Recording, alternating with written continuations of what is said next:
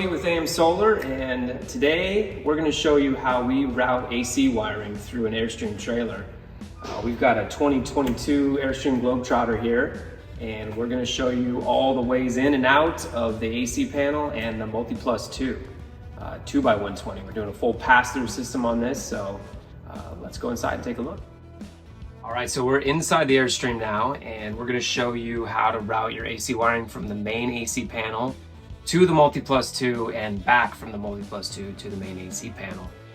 The reason we're doing that is because, one, we get a lot of questions from DIYers of how do I route the AC wiring on my Airstream, and two, we're wiring an MP2 2x120 full pass-through system on this 50 amp AC distribution panel, and it allows this end user to power their entire load center with the inverter system. How do we do that? The first step is to find the input source, which is in the main AC panel here on the driver's side in this particular model. And we remove the main AC wiring from the load center. We put it in a junction box, which comes in our kits, which is currently mounted to the ceiling behind the load center. It then extends with 6.4 all the way to the inverter's AC input. And then we have 6.4 coming back from the inverter's AC output to the main panel. Pretty simple, but the wire routing is a little tricky, so we'd like to show you the different directions to go. On this particular one, if you move a little bit forward of the trailer, on these Airstreams, there is always a chase from one side or the other. In this case, it starts right there. It's right behind the water pump. And those are our wires. You can see one of them's taped green. That's our inverter output wire. The one next to it that's not taped is our inverter input wire. There's some COM cables mixed in there for extending the touch monitor, which is something we regularly do, and it's easy to chase all those together. Those will go underneath the floor. They pop up on the other side. There's either a wheel well there.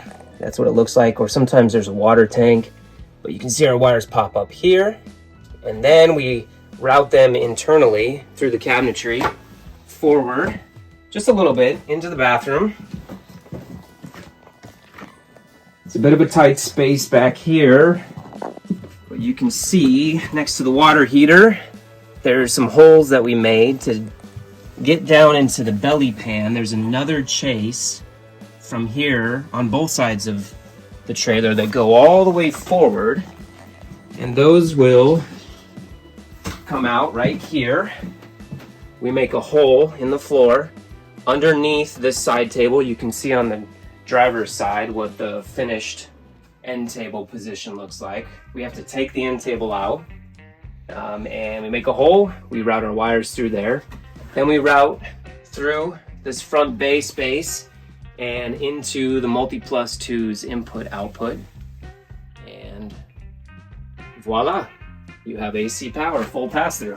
This is a nice handy wire pulling fiberglass rod pack, and so they can screw together and make it super long. Exactly. How flexible are those things? Give it a bend. Quite flexible, actually. Oh yeah. Yeah, you can bend that around anything. So that's they nice. do take 90s pretty well. Obviously, the longer, the harder to bend, but this is common for us to use at least one, maybe two. Rarely do we need more than three. Otherwise, we use just a standard fish tape. Let me get a look at that label on this so people know what we're dealing with. Greenly glow sticks. Oh, they glow in the dark. Oh, they do glow in the dark, which helps when you have very dark wire chase routes to take. Another option is just to get a standard fish that is at least 25, 50 feet long and reels up.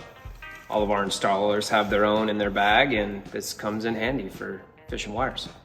If you are a DIYer that has the time and ambition to take on a project like this, it can be very rewarding, and we have half a dozen experienced installers here who can walk you through the step-by-step of how to make this happen.